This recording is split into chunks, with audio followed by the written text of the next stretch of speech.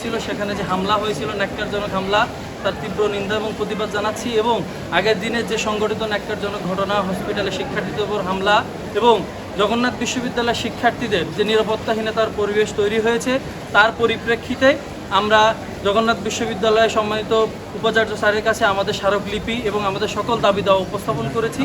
এখন আপনাদের সামনে এই বিষয়ে বিস্তারিত কথা বলার জন্য অনুরোধ করছি জগন্নাথ বিশ্ববিদ্যালয় কেন্দ্রীয় শিক্ষার্থী সংসদের সম্মানিত ভিপি রিয়াজুল ইসলাম ভাইকে। আউযুবিল্লাহি মিনাশ শাইতানির রাজিম, বিসমিল্লাহির রহমানির রহিম।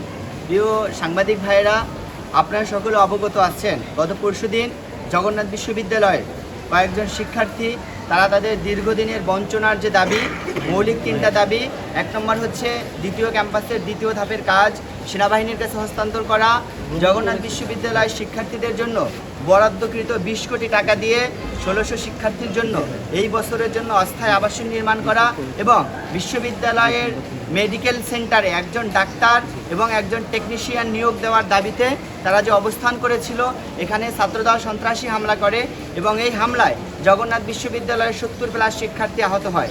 শিক্ষার্থীদের মধ্যে ছিলেন জাতীয় ছাত্রশক্তি সভাপতি সেক্রেটারি, সমাজতান্ত্রিক ছাত্র ফ্রন্টের সভাপতি সেক্রেটারি, বাংলাদেশ ইসলামী ছাত্র শিবিরের দায়িত্বশীল বৃন্দ, জকসুর নির্বাচিত ভিপি, জিএস, এজিএস সহ অন্যান্য প্রতিনিধিবৃন্দ, জকসুর সদস্যবৃন্দ এবং অন্যান্য সাধারণ শিক্ষার্থীরা এবং ইনকিলাব মঞ্চের দায়িত্বশীল বৃন্দ।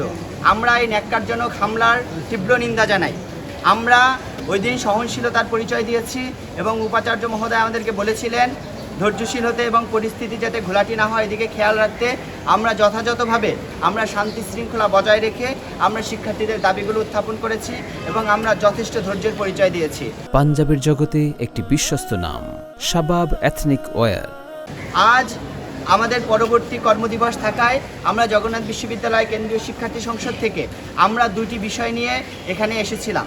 এক নম্বর বিষয় হচ্ছে জকসুর পক্ষ থেকে জগন্নাথ বিশ্ববিদ্যালয় শিক্ষার্থীদের জন্য একটি অ্যাম্বুলেন্স উপহার দেওয়া, যেটি নির্বাচনের আগে থেকে আমাদের শিক্ষার্থীদের সাথে প্রতিশ্রুতি ছিল যে আমরা নির্বাচিত হলে শিক্ষার্থীদের জন্য একটা অ্যাম্বুলেন্স ম্যানেজ করে দেব। এটা বিশ্ববিদ্যালয় প্রশাসনকে হস্তান্তর করা। আমরা আপনাদের উপস্থিতিতে বিশ্ববিদ্যালয়ের ট্রেজারার, প্রক্টর, পরিবহন প্রশাসক এবং ছাত্রকল্যাণ সম্পাদক স্যারের হাতে আমরা এটা হস্তান্তর করেছি। আর দুই নম্বর বিষয় ছিল আমাদের গত পরশুদিন আমাদের উপরে যে ন্যাক্কারজনক হামলা হয়েছে তার বিচার নিশ্চিত করে তার যথাযথ পদক্ষেপ গ্রহণ করার জন্য স্মারকলিপি প্রদান করা। আমরা এখানে স্মারকলিপি প্রদান করেছি এবং আমরা বিশেষ কিছু দাবি জানিয়েছি।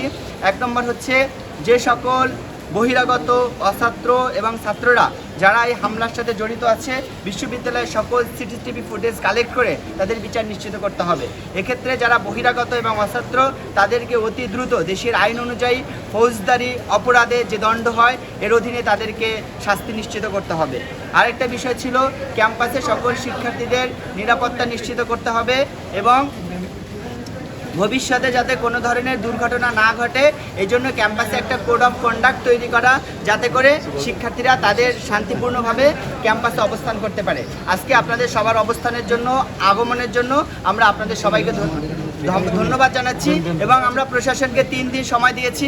প্রশাসন যেহেতু বলেছে তারা নিরপেক্ষতার সাথে তদন্ত করে বিচার করবে, আমরা চাই তারা এই 3 দিনের ভিতরে বিচার নিশ্চিত করে তারা তাদের নিরপেক্ষতার পরিচয় নিশ্চিত করবে। ধন্যবাদ সবাইকে। আসসালামু আলাইকুম।